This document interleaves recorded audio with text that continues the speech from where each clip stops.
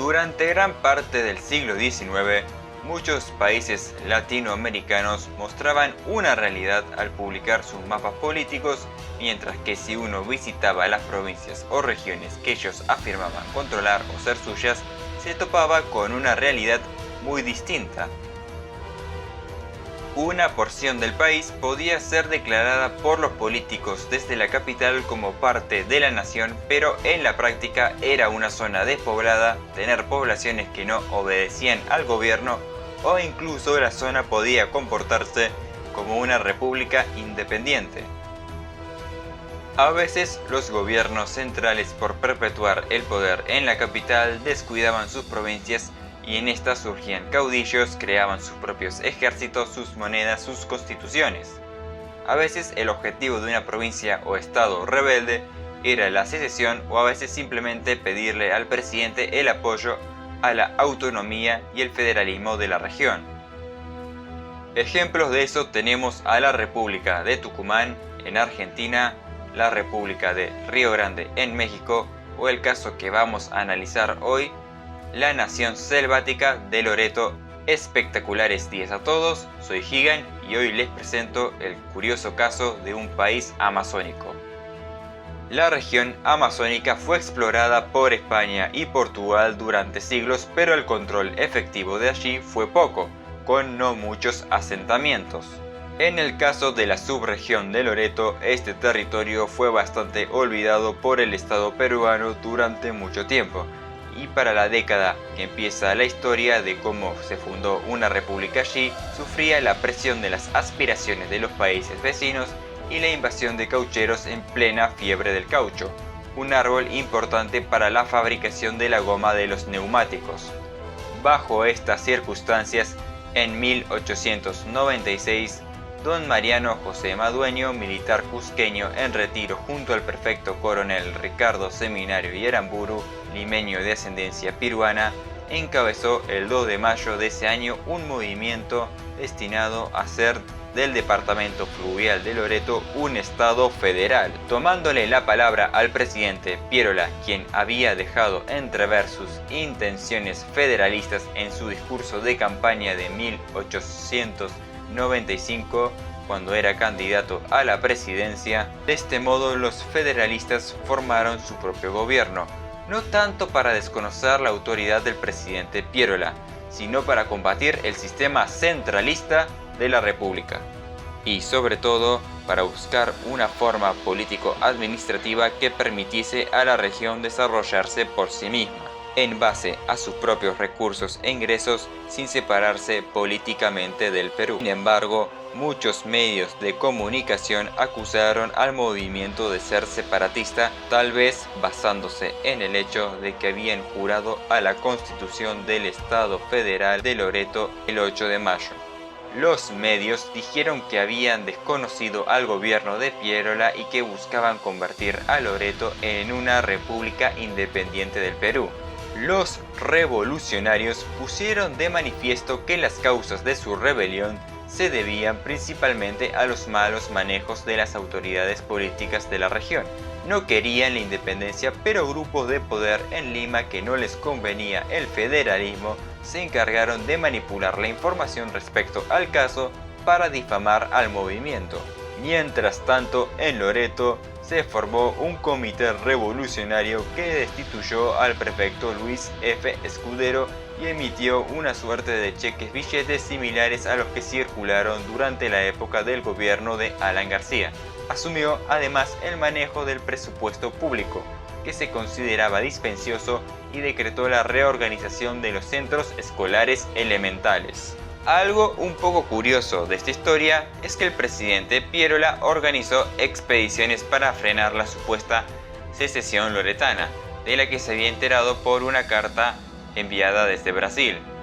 Por tierra partieron militares de Pierola y también por mar, pero para cuando la cañonera Constitución navegó con centenares de hombres armados para luchar, llegó a la ciudad de Iquitos, la rebelión ya había terminado. ¿Qué pasó? Pues los federales loretanos decidieron no luchar.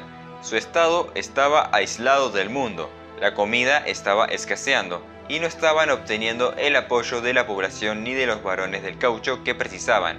De hecho, Cuando se enteraron que una cañonera del Estado peruano había cruzado el estrecho de Magallanes entrando por un río de la Amazonia brasileira para bloquear su única salida al Atlántico, sabían que de nada serviría enfrentar a esos hombres estando poco alimentados y mal armados, por lo que el movimiento terminó ahí.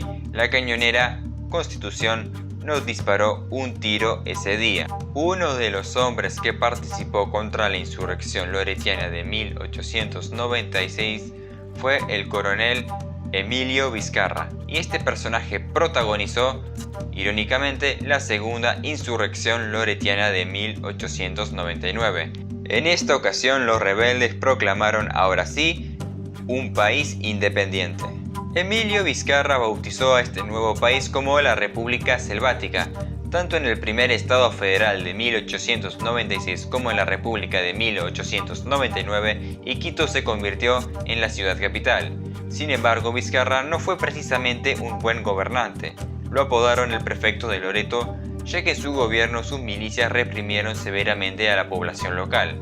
Una de sus giras por las ciudades de su nación en 1900 para nombrar autoridades terminó de manera trágica. En Moyabamba, el 27 de febrero de 1900, una turba integrada por civiles e indígenas cansados de los abusos cometidos por sus tropas lo arrastró por las calles hasta que, en la plaza de armas, una mujer de apellido Tapushima lo mató golpeándole el cráneo con una piedra. La segunda revolución federal de Loreto había terminado y llegamos al año 1921. Durante el gobierno centralista de Augusto Leguía, la región de Loreto seguía estando pobre y olvidada. Es en ese momento que aparece en escena Guillermo Cervantes Vázquez, un capitán y líder del ejército peruano que conformó el grupo de los veteranos de Caqueta que luchó en el conflicto de la Pedrera.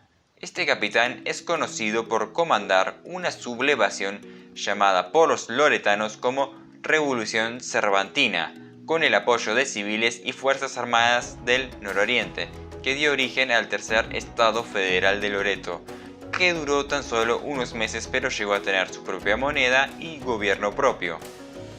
En esta ocasión, los loretanos, liderados por Vázquez, estaban enojados también con el gobierno por el Tratado de Límites entre Perú y Colombia, que este había firmado, que incluía consigo la cesión de Leticia a Colombia. Para Guillermo Cervantes Vázquez, y para muchos, esto era una traición a la patria peruana, y el descontento, que empezó como una protesta pacífica, se tornó en una rebelión armada. Sin embargo, al igual que la sublevación de 1896, no se buscó la secesión del Perú.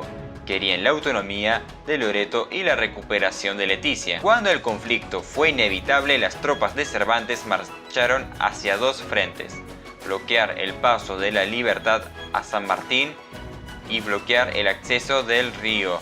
El 13 de enero de 1922, el capitán Genaro Matos, de las fuerzas leales a Leguía, ocupó Iquitos, mientras Cervantes se refugiaba en el Ecuador, lo que puso fin a la tercera insurrección. Podemos entender que las principales causas del fracaso en las revoluciones federalistas en Loreto son que gobiernos como el de Piérola siempre terminaron cediendo a los intereses de las élites en Lima, que no les convenía un Perú descentralizado. Los federales de Loreto fueron acusados una y otra vez de secesionistas injustamente y reprimidos. Arruinaron sus intentos de conseguir autonomía. Dicho todo esto, concluimos este video. Espero que les haya gustado. Nos vemos.